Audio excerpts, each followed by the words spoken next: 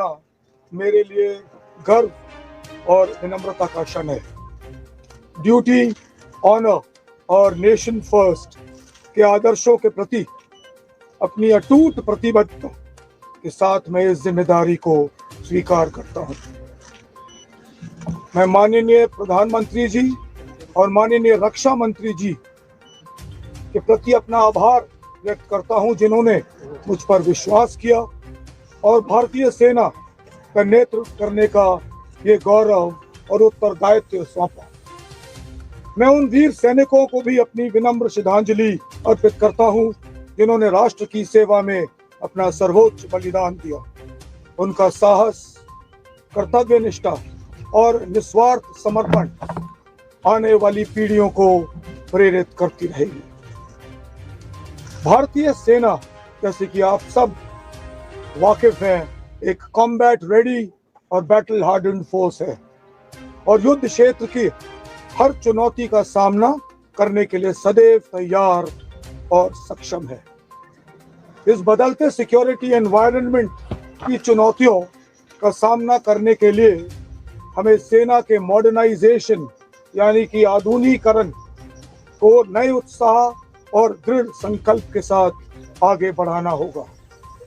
हमारा उद्देश्य एक ऐसी technology enabled future ready army का निर्माण करना है जो हर तरीके से सशक्त हो और मल्टी डोमेन में ऑपरेट करने के लिए सक्षम हो। इन सभी उद्देश्यों को मद्देनजर रखते हुए और माननीय रक्षा मंत्री द्वारा डेकेड ऑफ ट्रांसफॉर्मेशन के अंतर्गत दिए गए मार्गदर्शन से प्रेरणा लेते हुए मैंने अपने फोकस एरियाज निर्धारित किए हैं। I have put them together in an acronym called विजय। विजय का प्रत्येक लेटर व अक्षर मेरी प्राथमिकताओं को दर्शाता है और इनका मैं संक्षेप में विवरण करूंगा। सबसे पहला letter V for vigilance and readiness, अर्थात सतर्कता व तैयारी। हम अपनी सीमाओं और उभरते खतरों के प्रति निरंतर सतर्कता बरकरार रखेंगे और राष्ट्र सुरक्षा के समक्ष किसी भी चुनौती का प्रभावी ढंग से सामना करने के लिए उच्च स्तर की ऑपरेशनल रेडीनेस बनाए रखेंगे। I for innovation and transformation, यानी कि नवाचार तथा परिवर्तन। My focus will be to innovate both in doctrine and technological solutions. नवाचार हमारी सोच, कार्य प्रणाली और क्षमता विकास का अभिन्न अंग होगा। इसके अतिरिक्त बदलते युद्ध क्षेत्र के अनुसार जरूरी ट्रांसफॉर्मेशन को भी अंजाम दिया जाएगा। J for jointness and integration, यानी कि संयुक्ता और एकीकरण। भारतीय सेना की ऑपरेशनल इफेक्टिवनेस को बढ़ाने के लिए हम वायु सेना और नौसेना के साथ सिनर्जी यानी पूर्ण रूप से तालमेल व समन्वय बनाए रखेंगे।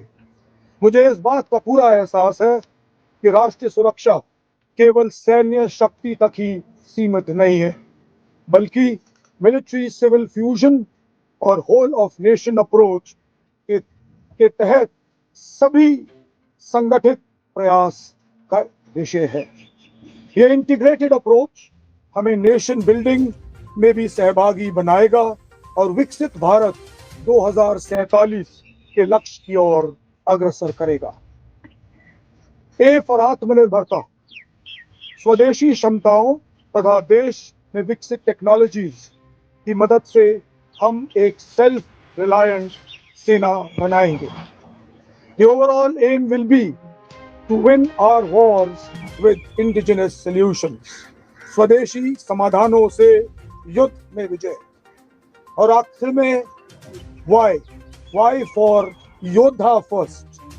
मेरी परिभाषा में एक अग्निवीर से लेकर सबसे वरिष्ठ वेटरन तक सब योद्धा है और ये योद्धा हमारी सेना की सबसे बड़ी ताकत है।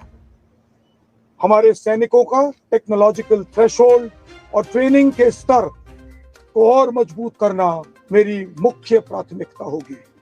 हमारे वेटरन्स और वीर नारियां हमारे सैन्य परिवार के अभिन्न अंग हैं और उनका वेलफेयर, एम्पावरमेंट और प्रोफेशनल ग्रोथ मेरे लिए अत्यंत महत्वपूर्ण रहेगी।